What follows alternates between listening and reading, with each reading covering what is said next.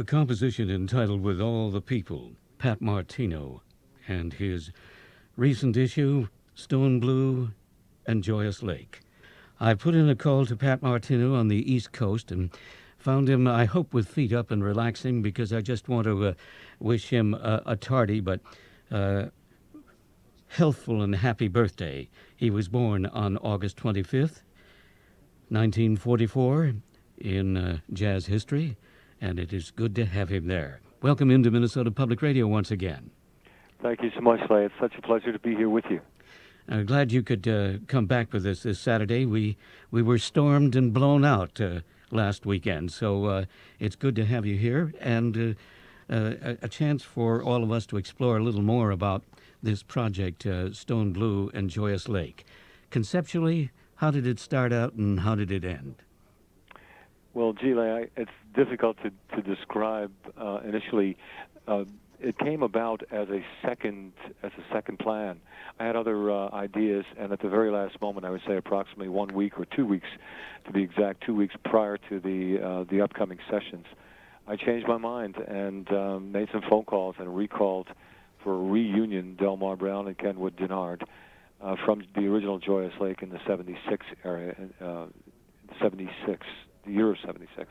And it was just a great idea to do that. It took a moment of improvisation at the highest level, and it was a wonderful reunion, and it still is. It goes intact. Pat, there is a resident of this area. His home base is here now, and I'll just mention his name, and what comes to mind immediately? Jack McDuff. What comes to mind immediately is I left a message on his line today. Oh, that's good. So Minnesota's not out of range. Not at all. No, it isn't.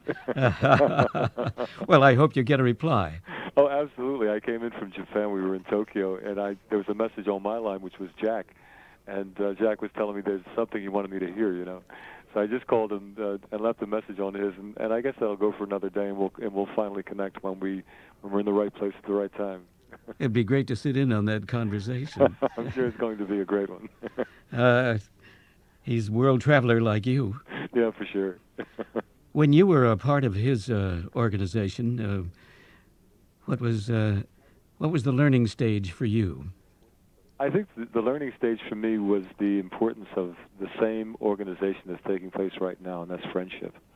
It's the ability to be with someone who is so committed to the authenticity of the culture of jazz, as well as the art of it. Engineering and its writing, its composing, its performing. All these things added up into one honest, real-time, authentic jazz musician, and that's what I've embodied in terms of learning from Jack, as well as a leader that Jack and I both had in common, Willis Jackson. Going back to him, the same kind of authenticity and friendship, and I don't know what else to say. It's just a great experience. With great roots in the blues, rhythm with a touch of the blues.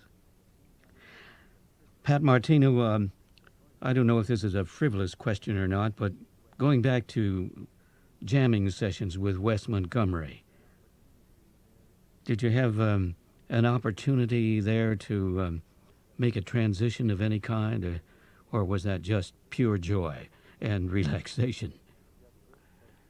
That's a great way of putting it. Yeah, the greatest transition that ever was made in my experience came in those days when I had the opportunity to be present, and not only present, but also to interact in that presence with a person whose musicianship was so out of the ordinary in terms of its quality, its precision, and beyond that, it went so much further as a human being, a gentleman to the highest level.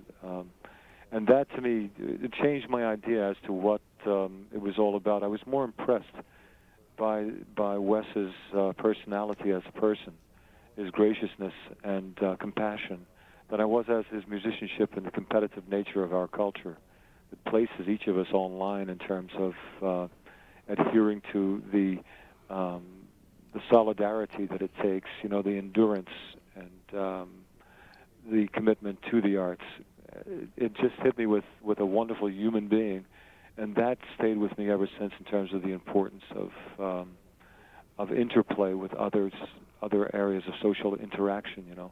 That was the greatest part of my experience with Wes Montgomery. The guitar playing was not only subliminally built in since childhood, copying solos from Wes, amongst other great musicians like John Coltrane and others, but it was more the person, and I think that is the most significant thing that a child of that age can ever experience. As you go through time here, have you always thought in these terms with regard to your art? I think so, yeah. I really do, Leigh. It became very important for me since being an only child to be able to meet up to the, I don't know, once again, I hate to be repetitive, but the word authenticity seems to nowadays really rush into the format time and time again. But the authenticity of being an adult seemed to be very important to me at a very early age, since being an only child. I wanted to be closer to my father's dream, which was for me to do what I was doing. And to do so, it demanded for me to participate in a more adult kind of way with the contents, the source of that. And I learned from that, and I enjoyed being an adult, and therefore having the opportunity to participate socially, interacting with other adults, of course with the guidance of my parents. And that changed my ideas and my perspectives in terms of life, and enjoying it from a different angle. And I still do, and I enjoy it immensely. Minnesota Public Radio talking with Pat Martino. Pat, your father was a singer and guitarist, and he had the great advantage of studying with Eddie Lang. Is that right? Yeah, that's true. My goodness, that's history in the world of guitar, isn't it? I guess it's a moment of anyone's life is certainly a history, in the sense that Dad did have the opportunity of being in the presence and also interacting with Eddie Lang. It really enforced his idea, his picture of what the guitar meant, what it was doing, the type of life that went along with it. It was an exciting thing for him, and to have someone who was so applicable, so worked out with it. It's just an intense thing. So, yeah, Dad was really an experience. He was history. He was the history of that. Pat Martino, the composition and general title for this project of yours in the Blue Note catalog is Stone Blue. We're going to listen to that, and you might just ask our listeners to tune their ears and describe a little bit about the music that unfolds. Well, I would love to do so, Leigh. Stone Blue is it's a state of mind that I think is a recall, a subliminal recall from years ago in New York City when I was in my teens. I had ran away from Philadelphia and moved to New York City, and lived in Harlem for many years. And at that time, the city itself, was very cold to a youngster, and it was. There was the blues being alone, and at times very hungry at times, and competing and surviving.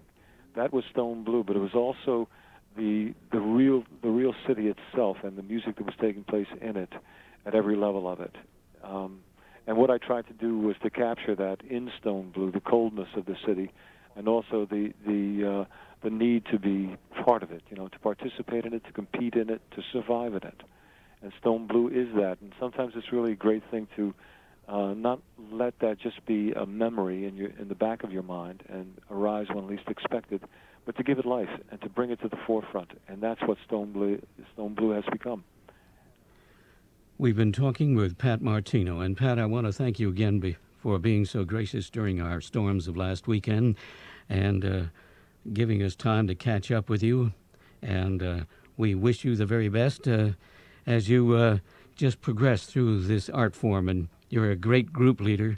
You've stimulated us a great deal with your thoughts, your philosophy, and your ideas.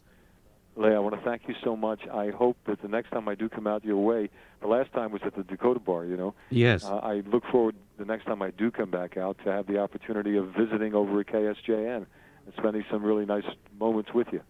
Thank you very much, Pat.